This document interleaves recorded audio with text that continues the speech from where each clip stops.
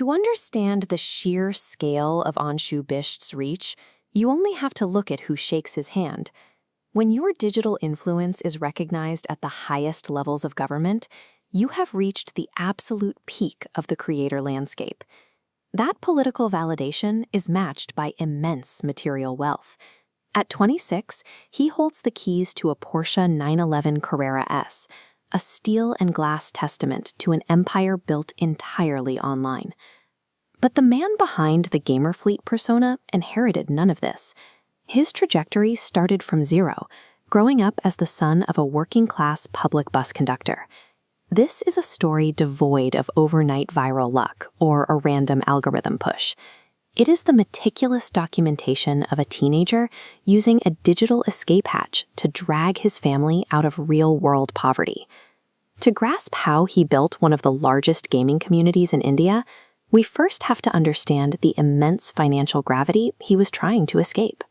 Anshu grew up in Haldwani, a small town nestled in the foothills of the Himalayas, entirely disconnected from the coastal tech hubs where digital careers are usually forged.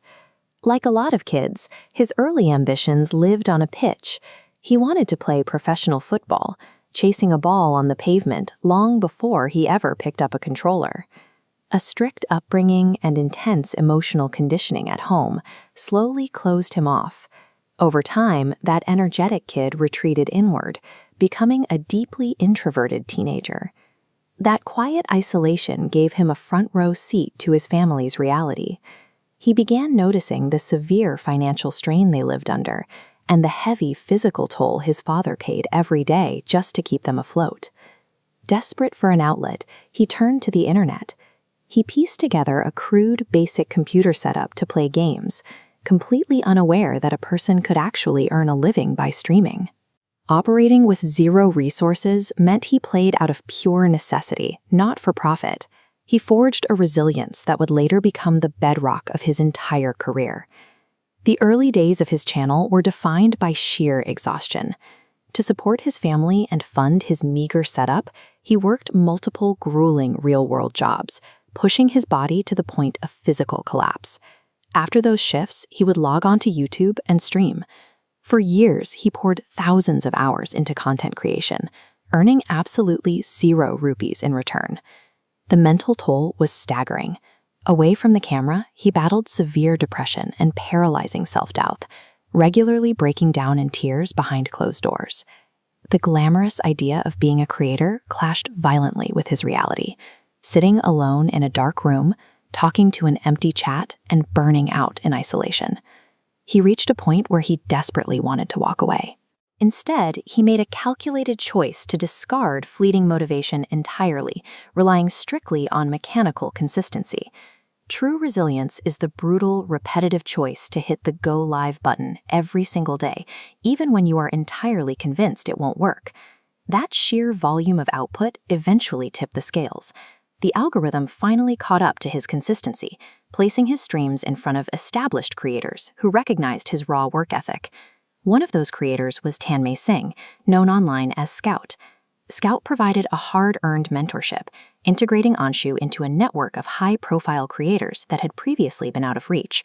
Once inside, Anshu leaned heavily into storytelling. He developed the Ikra narrative, a highly authentic, emotional character arc woven directly into his gameplay. This narrative approach completely shifted how his audience engaged. They stopped being passive viewers watching a screen and became a deeply empathetic community invested in the story. Recognizing the power of this connection, he stepped into a leadership role, gathering other creators to form the MCB Minecraft group. His influence exploded outward.